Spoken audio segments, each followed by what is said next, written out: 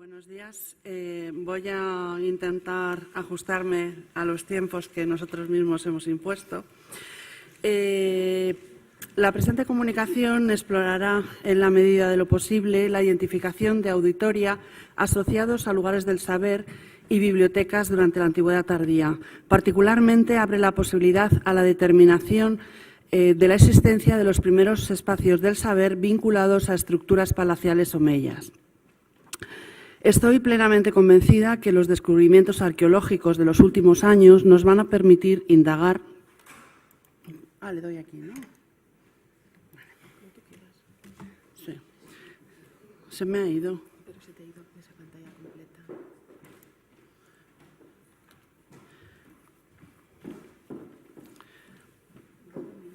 Es que conviene grabarlo en formato presentación. Vale. Bueno. Bien. No, déjalo, grábalo, yo sigo mi rollo. Estoy plenamente convencida de que los descubrimientos arqueológicos de los últimos años nos van a permitir indagar en los rasgos más sobresalientes de estos monumentos y la iconografía asociada a ellos, con un especial hincapié en su proyección y reflejo en las instituciones culturales de la Antigüedad tardía, teniendo como marco el mantenimiento de la paideia como sistema educativo, así como la creación del ADAP. No es ajeno al fenómeno la relevante importancia que adquiere la cultura y la formación del intelectual tardoantiguo en la formación del nuevo ethos aristocrático posimperial, el punto de inflexión que dará lugar a los specula principum, tan en boga en el mundo medieval. Los primeros espacios del saber romano, propiamente monumentales, nacen con Augusto y quedan perfectamente imbricados en su política cultural. En este sentido, Roma rompería ciertos rasgos de la tradición. ¿Es el de hoy? Sí. Vale, es que voy cambiando. Cosas internas de la grabación. Adelante. Roma rompería ciertos aspectos de la tradición helena, pues no solo la arquitectura de sus bibliotecas es espectacular, tanto interna como externamente, mostrándose ante todos los ciudadanos y no solo ante los lectores. El sentido de estos monumentos está claro. Los edificios culturales aportan prestigio y su elevado coste económico hace que, siguiendo la lógica de la filantropía romana, requieran un aspecto llamativo y que sus benefactores sean perpetuados en estatuas, inscripciones y otras dotaciones públicas.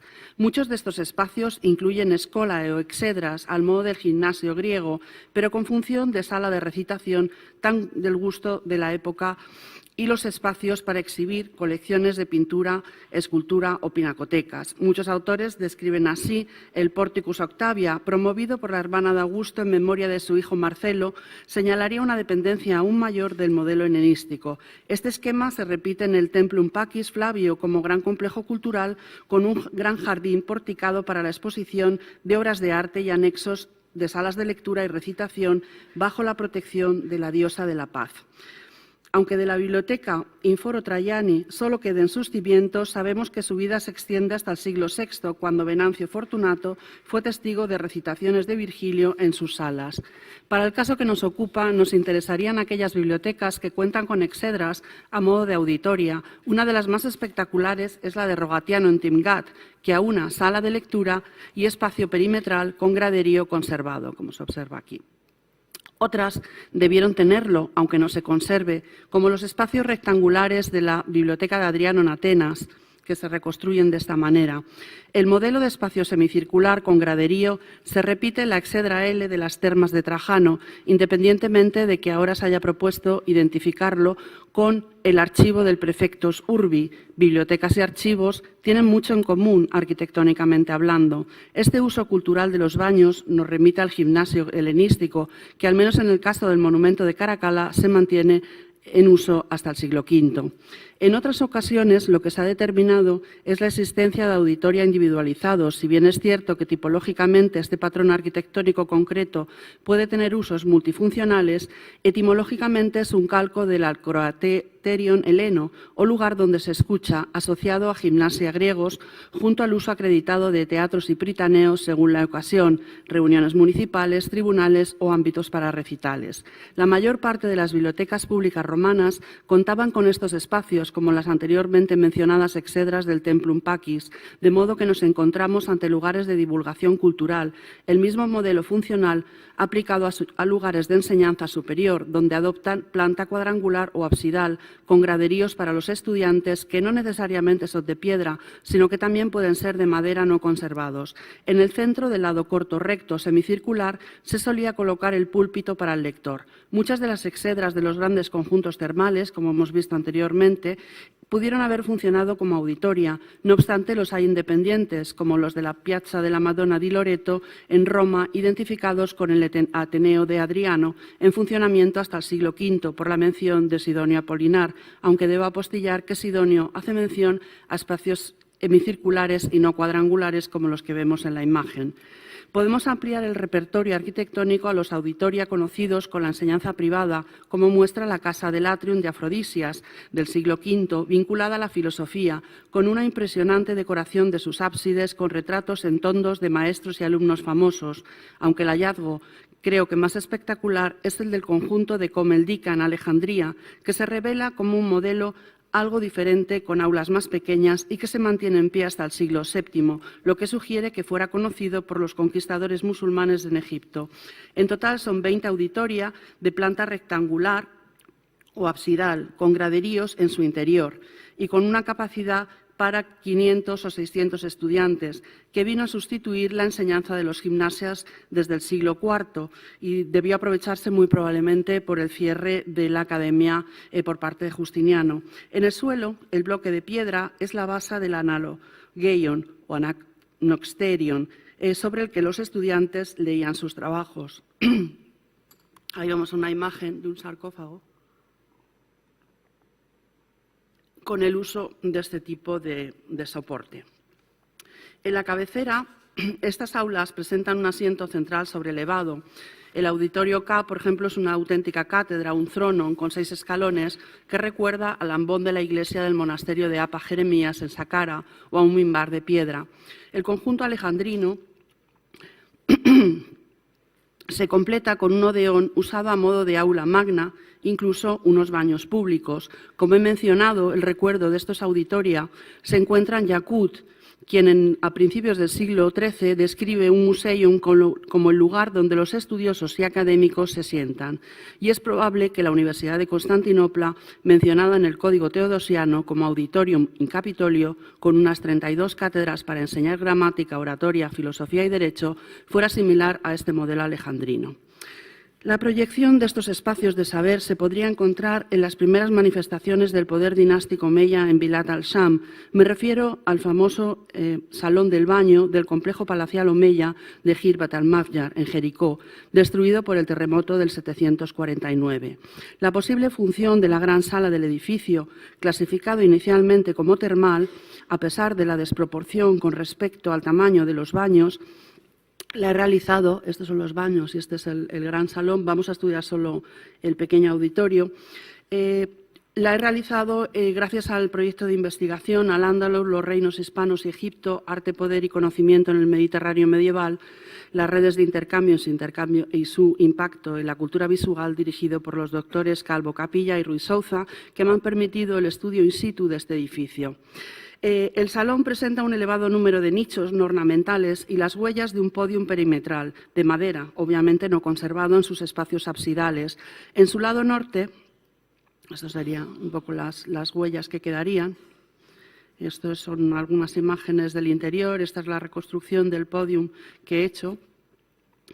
En su lado norte, como digo, alberga unos pequeños baños de tipo bizantinos habituales en la región y una habitación absidal denominada Diwan y luego Baan por sus excavadores, que coincidiría, en mi opinión, estructuralmente e iconográficamente con los lugares del saber de tradición clásica, los antiguos gimnasia helenísticos, con salas de lectura y armaria en nichos, aunque en este caso la magnitud converge con la tradición romana más escenográfica, zonas de baño y auditoria para educación y recitaciones.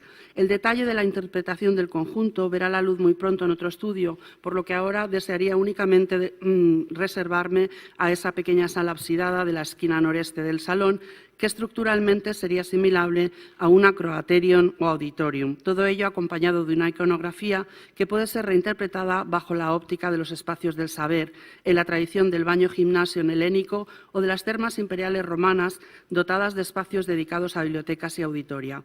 Esta relectura permite visibilizar la incorporación de los omeyas a la tradición de los espacios del saber tardoantiguos y solo ha sido posible gracias a los descubrimientos que he mencionado en otras ciudades del Mediterráneo.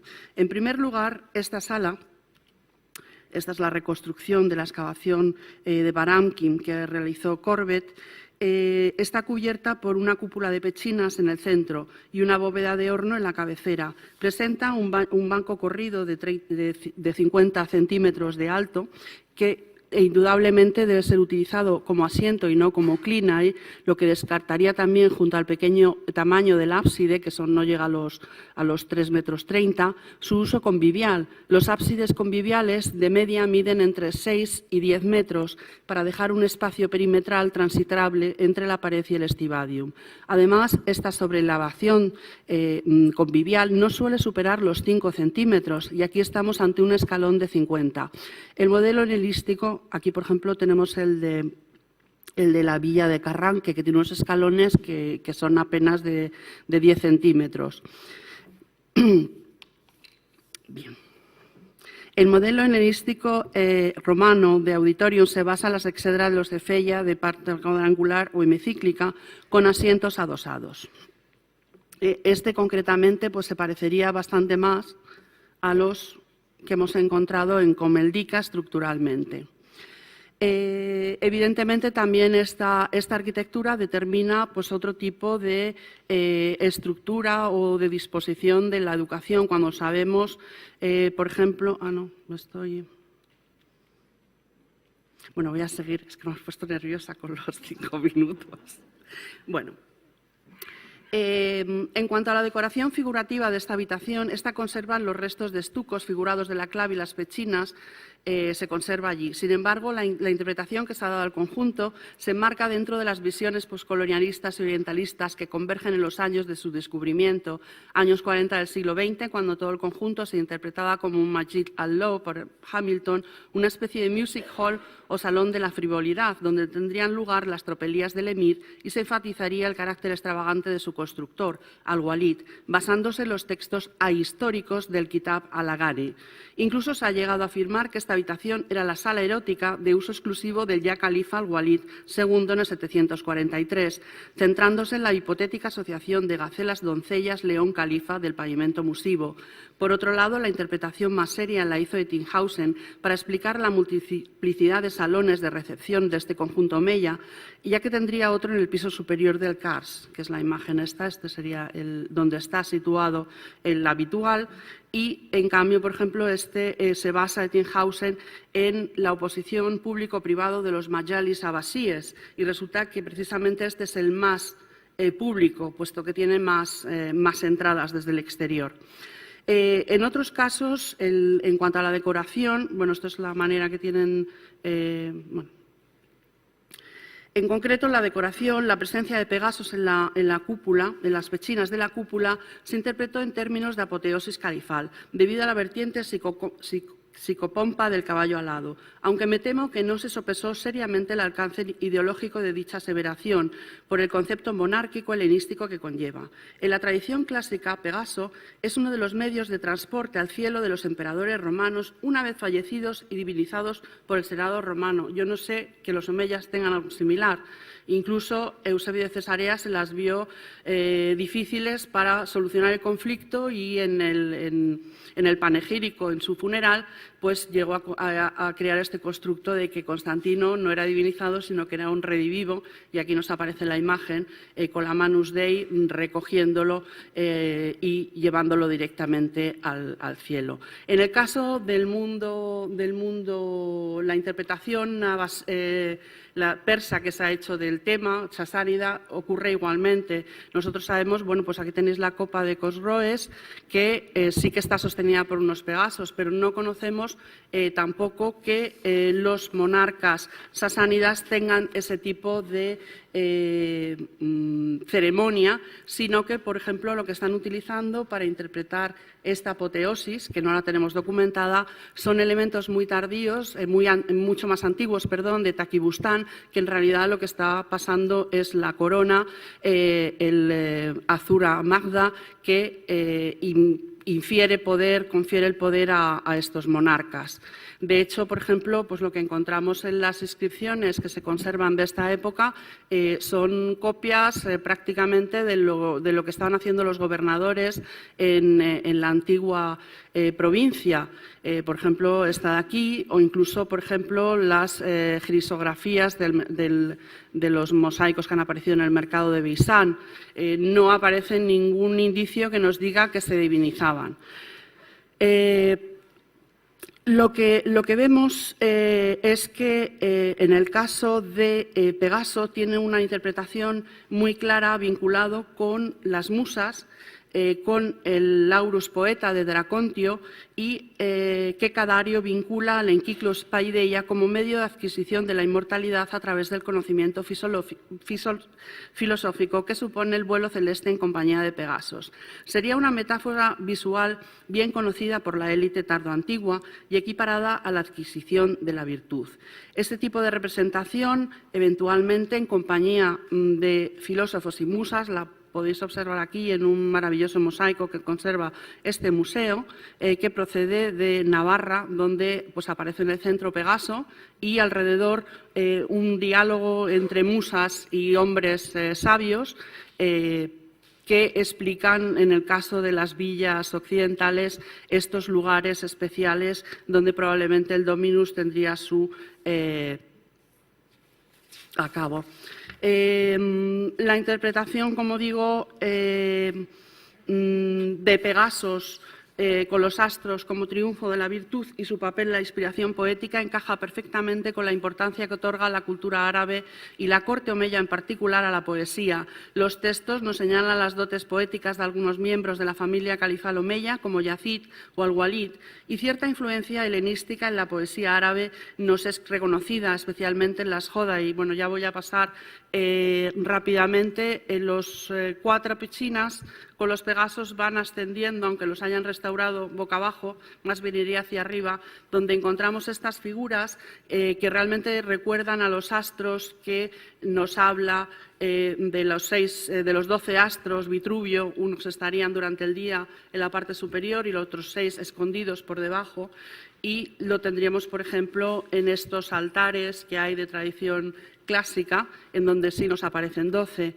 Este aspecto también del lugar de virtud, donde se puede dialogar, explicar la sabiduría de los antiguos, lo tenemos también en el castillo, el Kars en Kusei Amra, que está recientemente siendo restaurado por un equipo italiano y están dando unos resultados fantásticos con inscripciones tanto en griego como limpias, porque antes no se veía nada. Y en este caso, solo ya y para acabar, quiero mostrar esto, que en realidad es como un diálogo entre dos figuras paratácticas, que son dos figuras o tres figuras que están reflejando personificaciones griegas, como son la poiesis, Skepsis y la historia. En este caso, el análisis que he realizado es sobre también la gestualidad, historia y skepsis, que sería una especie de filosofía. Parece que se protege una a otra y parece que la que estaría victoriosa sería la poiesis, tan típica del mundo omeya, y contrasta precisamente con la importancia que le dan la historia. Aquí tenemos, por ejemplo, este es muy del gusto, esta es una pieza mucho más antigua, pero sí que nos muestra el gusto por esta clasificación de géneros literarios que encontramos también en ese salón.